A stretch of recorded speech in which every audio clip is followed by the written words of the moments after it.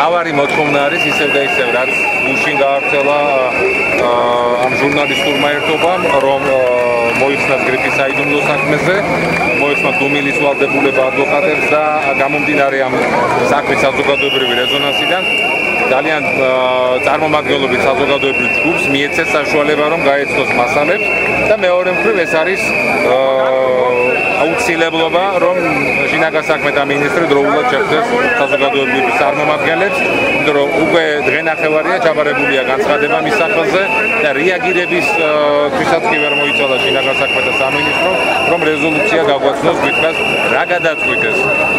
იღებენ ამ წინადადებას და მინისტრი ან მისი უფლებამოსილი პირი შეხვდება საზოგადოებას, ან ისინი უარს ამბობენ ამას. ჩვენ არ ვიცით. რატომაც ვაკეთებ ამას? არის ის, რომ ჩვენ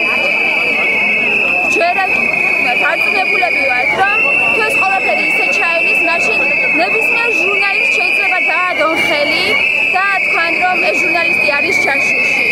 ამიტომ ჩვენ ახლა არა მხოლოდ იმ ჟურნალისტებს, ფოტორეპორტერებს ვიცავთ, არამედ ჩვენ უფლებას ვითავთ, კონსტიტუციურ უფლებას, გამოხატვის თავისუფლების უფლებას, რომელიც ამ ბოლო დროს ასე ხშირად უახება საქართველოს. დღემდე წარმოდგენილი მტკიცებულებები, ანუ რამდენად საკმარის და დამაჯერებელია შენი აზრით? არა, დღემდე წარმოდგენილი მტკიცებულებები თავისთავად არ არის დამაჯერებელი, ვინაიდან კონკრეტული საქმის დამაჯერებლობას ქმნის მტკიცებულებების ერთობლიობა იმ კონტექსტის გააზრებით, რა კონტექსტშიც არის კონკრეტული საქმე. შესაბამისად, ცალკე ამოგრეჯილი ფაქტები ჩვენ არაფერს არ გვაძლევს და თუ ამ საქმეში მართლაც არის ის ფაქტები, რასაც გამოძიება და პროკურატურა ბრალდების სახით უყენებს დაკავებულებს, ჩვენ უნდა დავინახოთ სწორედ საქმის მთლიანი არსის ფონზე და მოზაიკაში უნდა ჩავსვათ ეს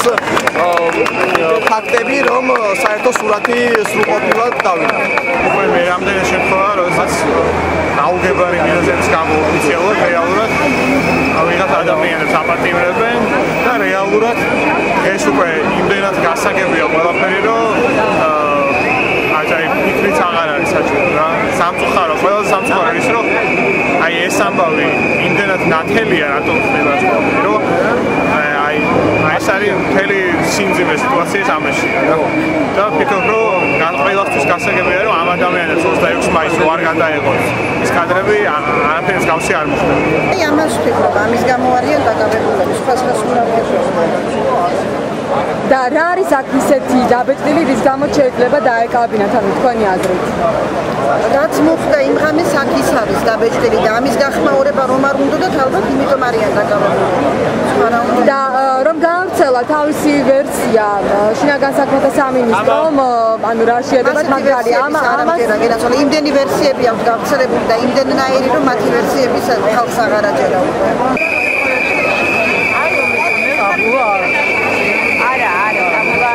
აი ახლა ამ წუთას ამერიკის შინაგან საქმეთა სამინისტროდან და მითხრეს, რომ ბატონი ვანო მერაბიშვილი ჩამოვიდა საქართველოში და